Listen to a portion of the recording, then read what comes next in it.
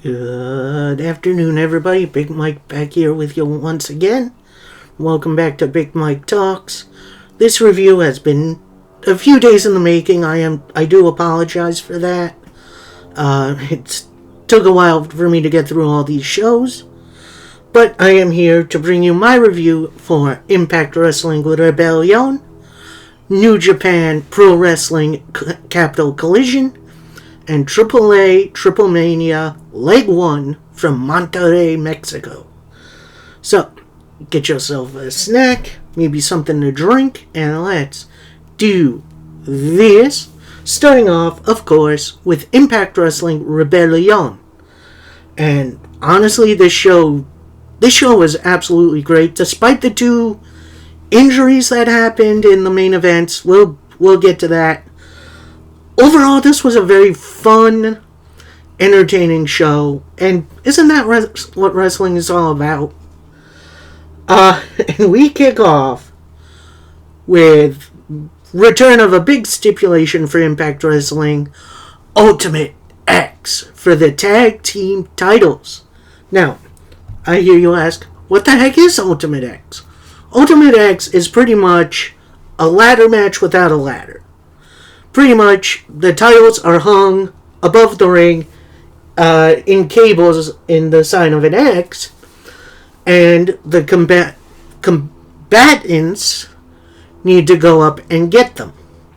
Now, this is for the tag team titles. I believe the last time this happened with the tag team titles on the line, it was LAX, Homicide and Hernandez, versus AJ Styles and Christopher Daniels.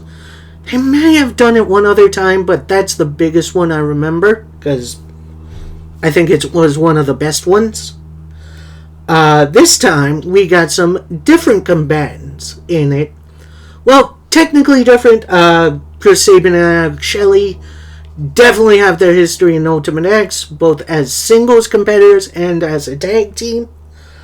And then you have ABC, aka Ace Austin and Chris Bay, representing Bullet Club, and your defending champions. This was a great way to open the show. Lots of great high spots. Honestly, it's car crash TV at its best. Like, that is the best way I can explain this. Personally, I love Ultimate X. It's one of my favorite stipulations. I am glad it came back. Winners, Chris Bay and Ace Austin. They retained their titles. I'm going to give this match a way thumbs up. This was a great opener. A lot of great chaos. And just a great way to open the show. Next up, we have a 4-on-3 handicap match. As the design, that's Cody Deaner, Alan Angels, Big Con, and Sami Callihan take on Dirty Dango, Joe Hendry, the digital media champion, and the return after a 9-year hiatus from in-ring competition, Santino Marella. That's right, Santino, the Director of Authority, making his in-ring return, and it was the best thing I've ever seen. Like, I know I'm not supposed to take Santino seriously, but as a comedy character, he gets it. He is one of the best comedy characters on the planet. And he's doing it for his son, because his son never saw him wrestle before. So this is great. Match was a little bit all over the place, but that's what you get with these multi-mans. So definitely some good wrestling. Then about halfway through, you see some miscommunication between Callihan and the rest of the design. And then Deaner grabs Callahan's usual baseball bat, gives it to him. Looks like he's going to hit Santino. And then he hits Deaner instead. And then just walks off. So now it is 3-on-3. And Santino breaks out the Cobra for the victory. This was a great little comedy match. Honestly, again, this was fun. It does make the design look a little bit weak, so I think maybe the design is winding down a little bit. It hasn't been the same since EY passed away. I mean, not really passed away. Watch Impact, you'll see what I mean. Then backstage we have a Team Dreamer interview, getting ready for that hardcore war. And apparently Tommy Dreamer lost a loved one, I believe his mother. He's pretty much said, yeah, after this match, I'm going to take a hiatus for a bit, in which, feel better soon, Tommy Dreamer. You're the best of the best. And he declares that this war between he and Bully ends tonight. So, hopefully that's true. We'll see in a little bit. Next up, another return stipulation, as it's the last rights match, aka a casket match. Last time Impact / TNA had this match, it was Sting versus Abyss, and it was utterly ridiculous.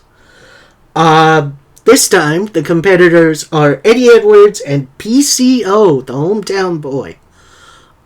This was brutal all the way through. Both guys hitting their big stuff, including a de-animator. I don't know how PCO keeps doing that. I swear that's going to kill this guy one of these days. Then they fight outside to the casket. Looks like they're going to be put in. PCO then eventually does get put in the casket, but he stops the casket from closing from the inside, and then choke slams Eddie Edwards into the casket, closes the lid. Your winner, PCO.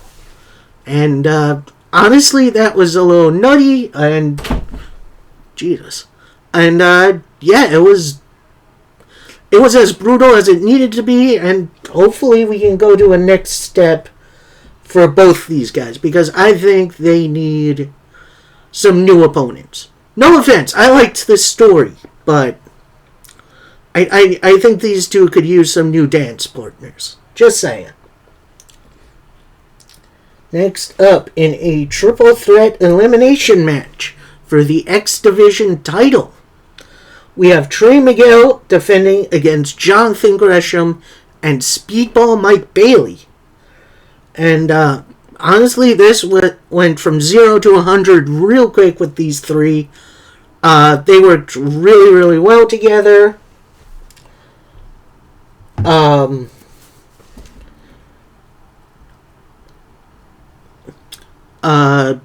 Bailey near the end tries to hit Ultima Weapon, whiffs, and then Trey Miguel with the roll-up for the victory.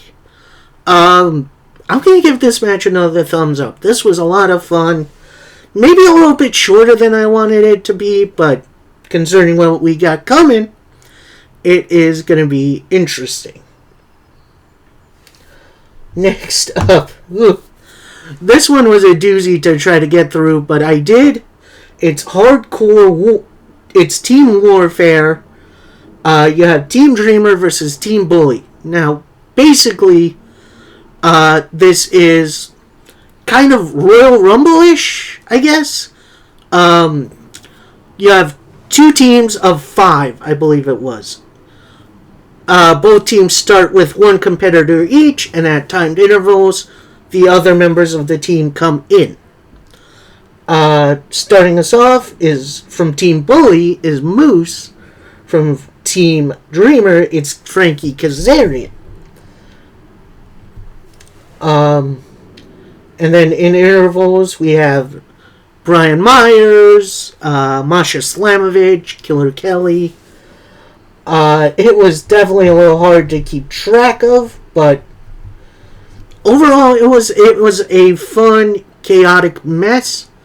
At one point near the end, the Good Hands try to get involved, and they are thwarted by Frankie Kazarian. someone brings in a ladder, sets it up. Bully has Tommy Dreamer on a table. He goes up, then he says to the refs, hold the ladder for me, hold the ladder for me. They don't. Because the last time they did, he did a fake out move. And I believe hit the refs, which, that's interesting. Then Bully gets down off the ladder, gets in the ref's face, and then all the refs just start beating Bully down. That was a little bit of a good payback from the refs for, Bully Ray being himself. Then Dreamer hits the Dreamer Driver.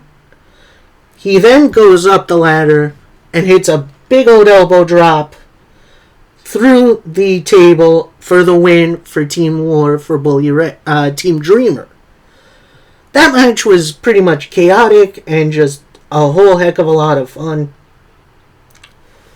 And we'll see what's next. Did I miss something?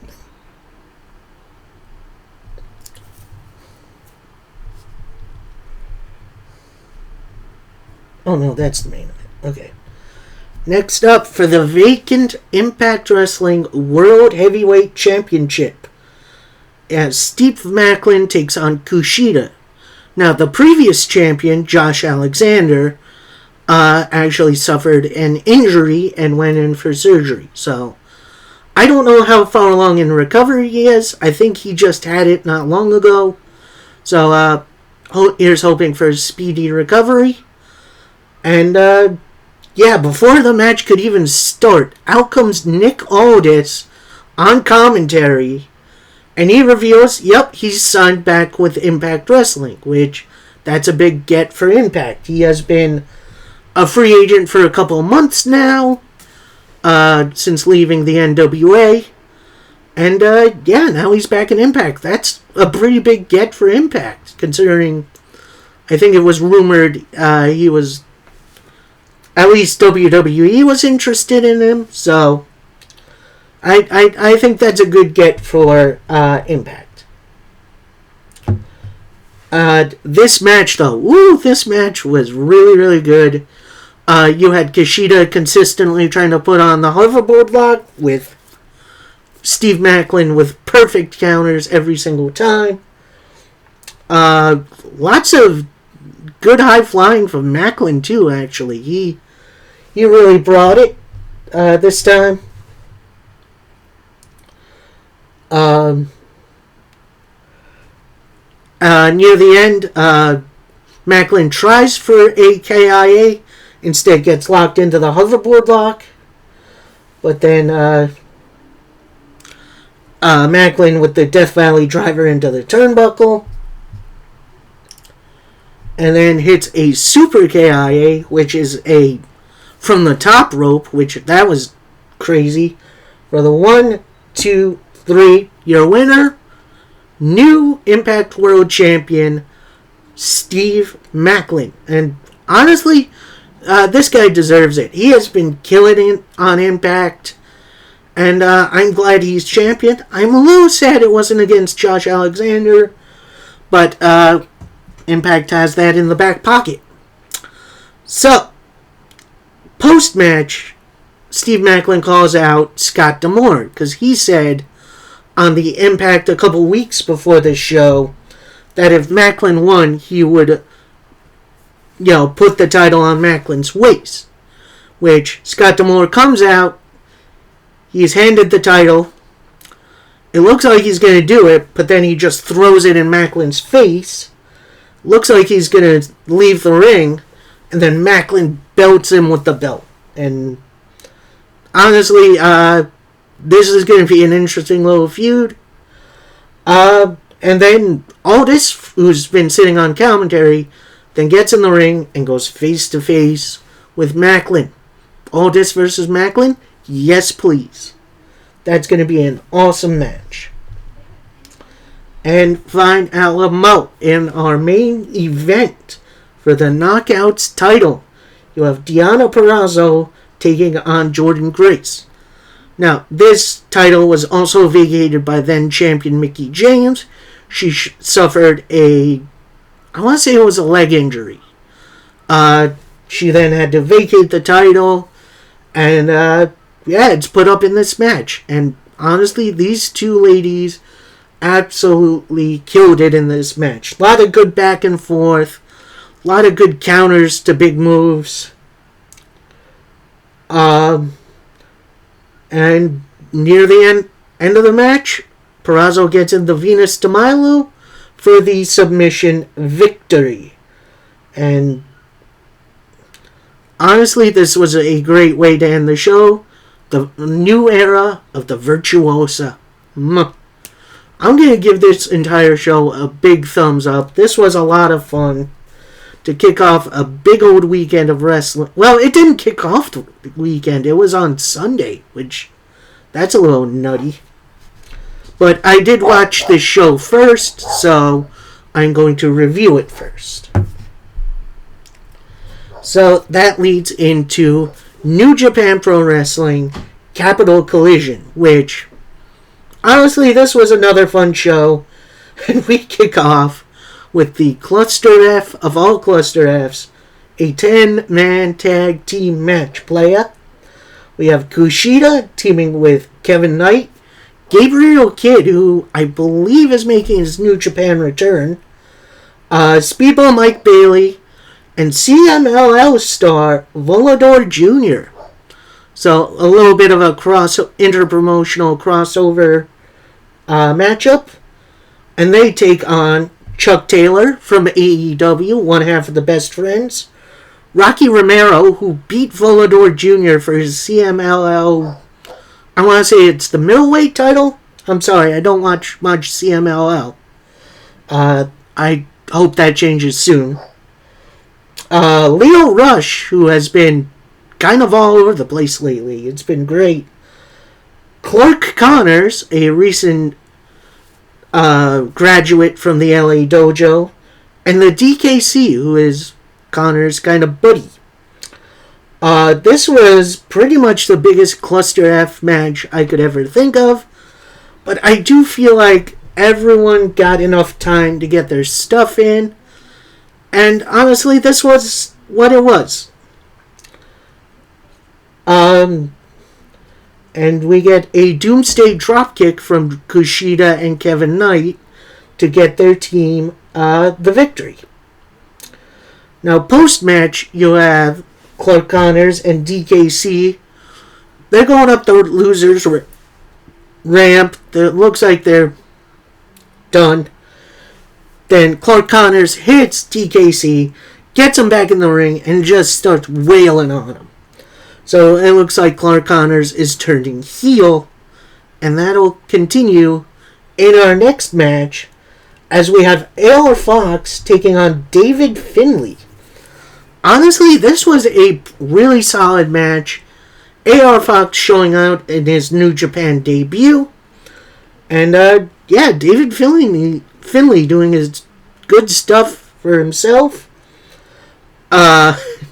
He has David Finlay actually has a reserved seat for his significant other, Tony Storm, which I thought that was funny.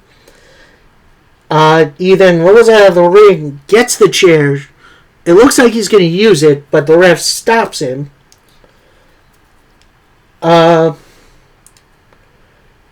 Then Finlay with the Trash Panda, which is his finisher, for the win.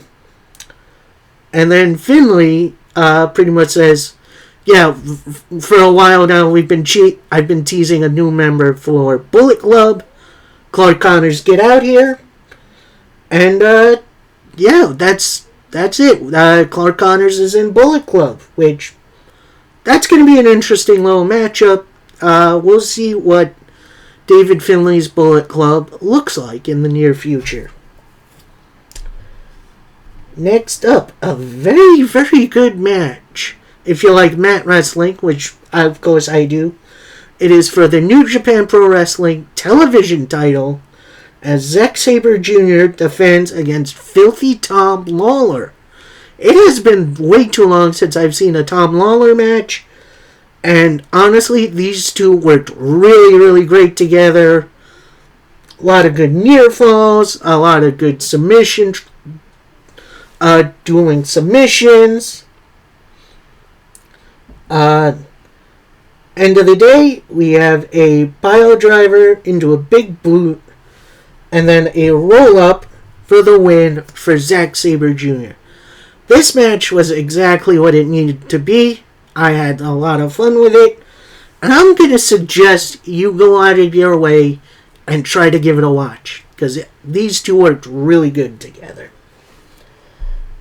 Next up, a bit, on paper at least, it does seem like a bit of a mismatch, as El Desperado takes on Tomohiro Ishii, the Stone Pitbull. They did have a match against each other earlier in the year, which was very good. And this one definitely lived up to the hype. They were both hard-hitting, and just... They worked really, really well together. El Desperado constantly working the legs, and Tomohiro Ishii just being Tomohiro Ishii. And then post clothesline into a sheer drop brainbuster, in which I would not be taking any of that. Your winner, Tomohiro Ishii. I'm going to give this match a thumbs up. It was a bit short, but it did its job for me. That was very entertaining. Next up was supposed to be Fred Rosser versus Juice Robinson, but Juice attacked Fred Rosser before the bell, and before the match could get started, Juice just completely beat down Fred Rosser, and match was thrown out. It didn't happen, which I am really ashamed. That's a shame, because I like both these guys. But it does fit with Juice's character, I feel. Like, it works for me, and maybe sets up something in the near future. Next up, a bit of a Dream Team matchup, as we have just 5 guys, which is Kadamaru and, who's the other dude?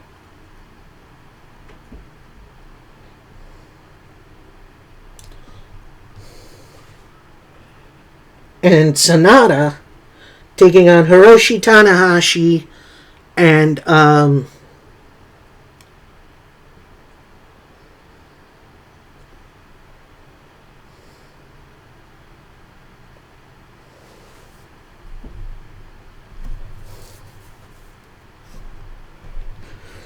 Tetsuya Naito. That's who it is. This match worked really, really well.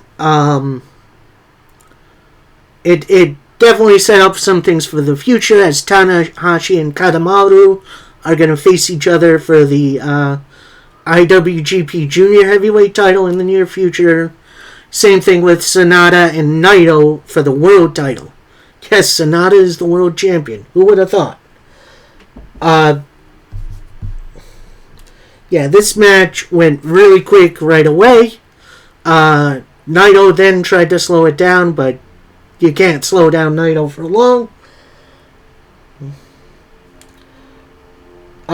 We then get a Falcon Arrow roll up for the win for the 5 guys. That's Sanada and Kadamaru.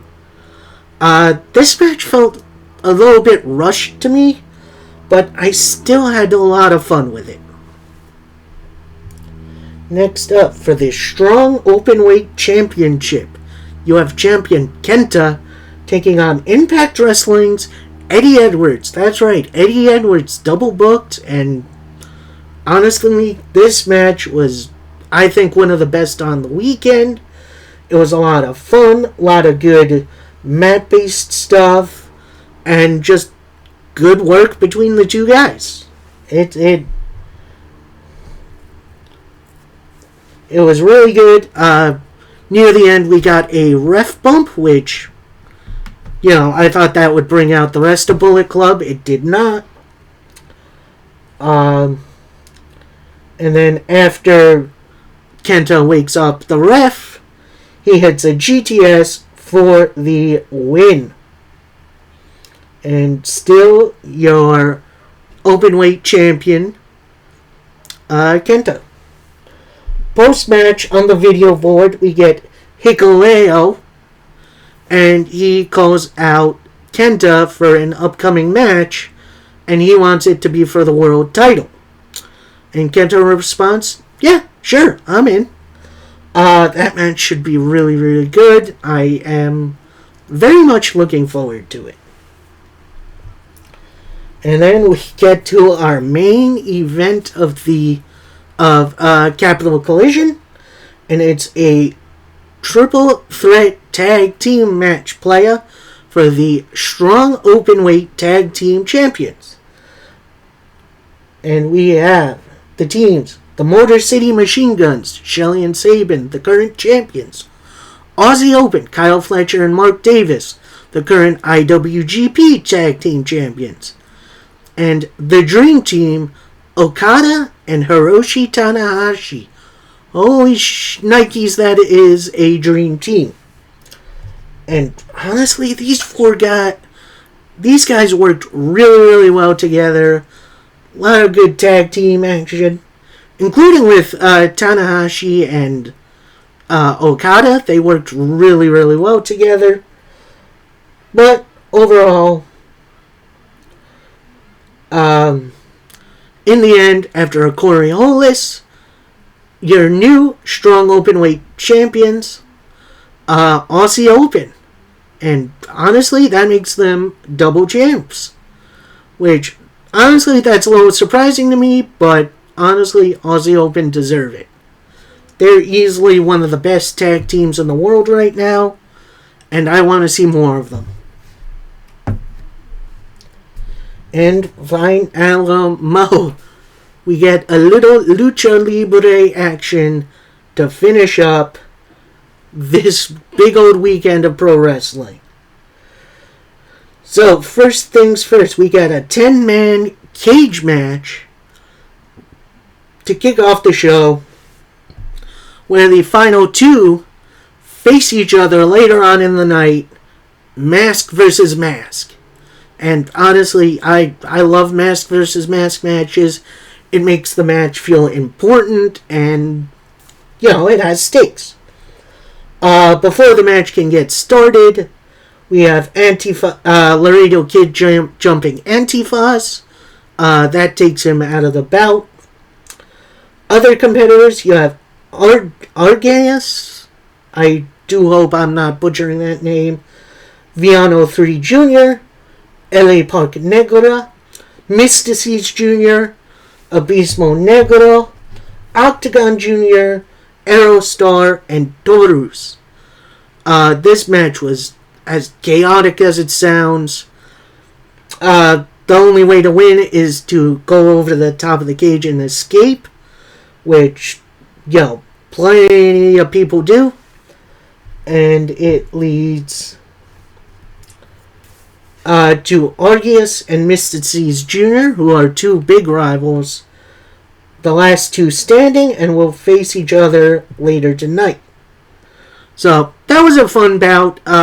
Nothing really to say about it, because it was so chaotic and kind of hard to keep up with. But, it was definitely fun.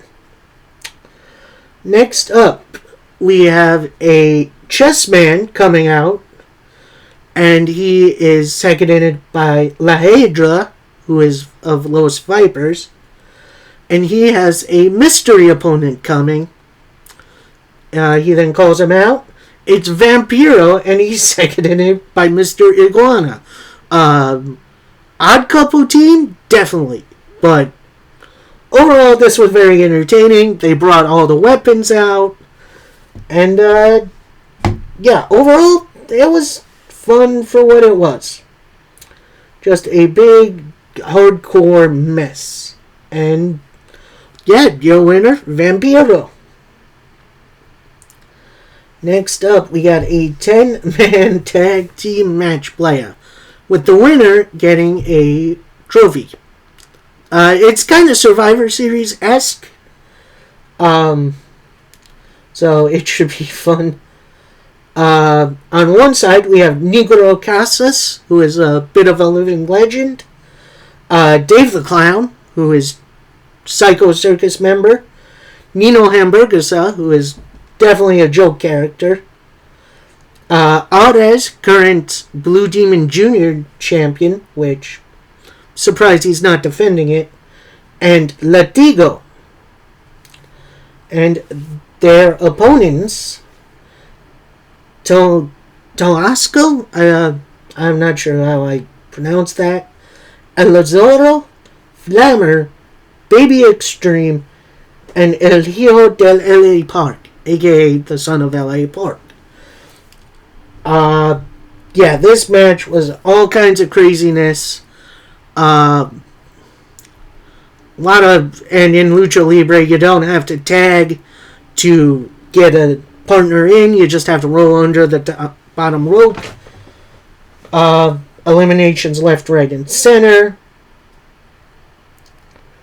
With the last two, the two legends, Tolasco and Negro Casas, they just start going at it, just start beating the heck out of each other. Out comes a masked superstar. Not in the lucha mask, but like balaclava, face all covered.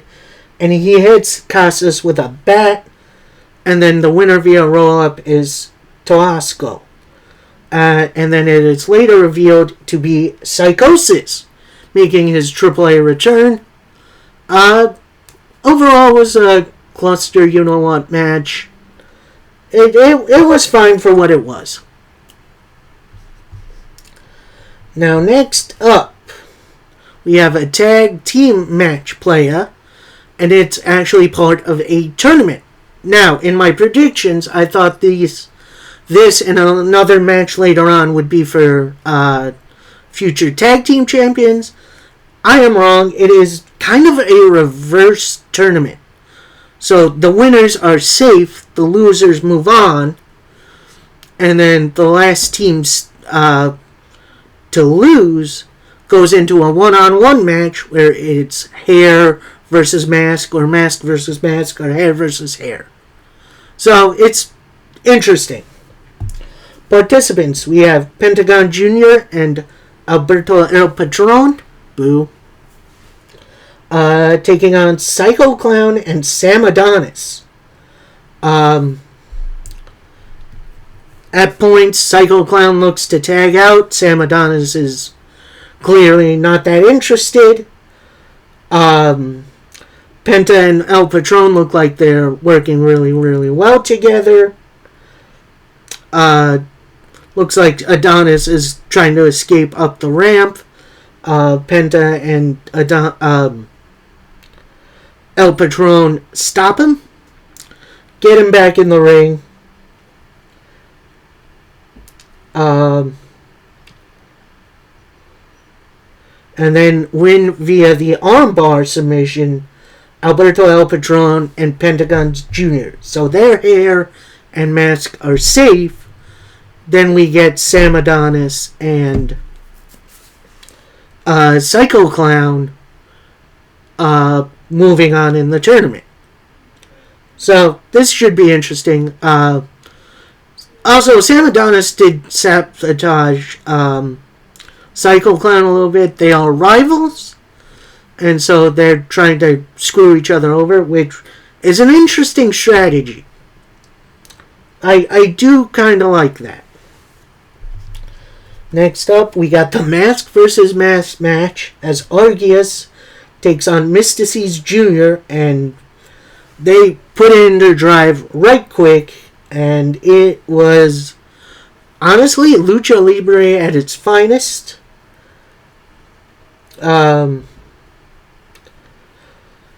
they do, each side does have seconds, and they do get involved a little bit with the ref with his back turn.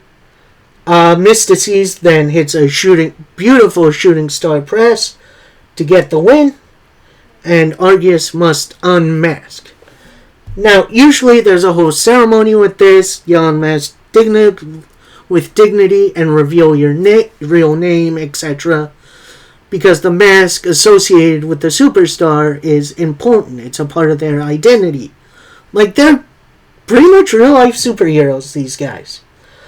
Instead of unmasking in a dignified way, Argus jumps Mystices and unmasks both of them. And it's a sign of disrespect, which shows to me this rivalry isn't over, which I'm totally okay with. Next, we have the other half of the mask hair tournament, as Blue Demon Jr. and DMT Azul team up against LA Park and Roosh. These four definitely have issues with each other. They constantly attack one another during this bout. We have a big splash through the table.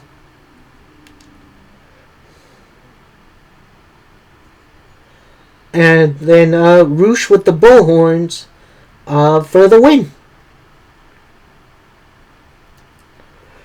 Actually, no. What happened is LA Park hits the ref, hits Roosh, and then he drags Blue Demon Jr.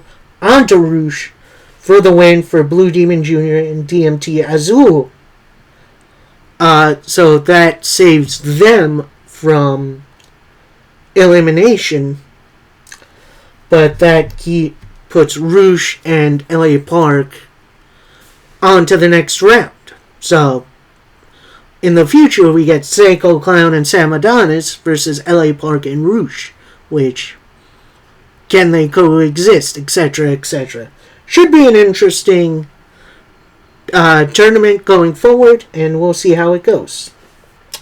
And final LMO, your main event for this weekend of pro wrestling, and it is a fatal 4-way for the AAA Mega Championship, aka the world title. It's El Hijo del Vikingo, Commander, who just signed an AEW contract, Impact Wrestling's Rich Swann, and AEW's Swerve Strickland, in which, a nice, really interesting corner of pro wrestling. And honestly, they went balls to the wall really quick. A lot of great diving, a lot of moonsaults. Vikingo near the end hits the 630, but the opponents break it up. The Luchadors then take out Strickland and Swann during the match. We then get a Death Valley driver into the turnbuckle on Commander. Then a 630 splash for the victory, and you're still your AAA Mega Champion, El Hijo del Vikingo. Post-match, you have Conan coming out, and he has an updated version of the title. Well, updated, it's shinier, it's newer, it's not as beat up. And he presents it to Vikingo. And, that'll do it. That is my review for these shows. I hope you guys enjoyed.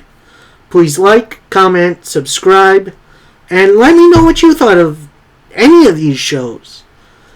And tomorrow will be the second half of my weekly review. I'm going to review, obviously, Impact Wrestling, Ring of Honor, SmackDown. No Rampage this week because it's on later on Saturday, so that's going to be tough to review. And maybe I'll throw in a little NWA USA, because why not? Alright, that is it from me. Until next time, happy wrestling, everybody. Peace.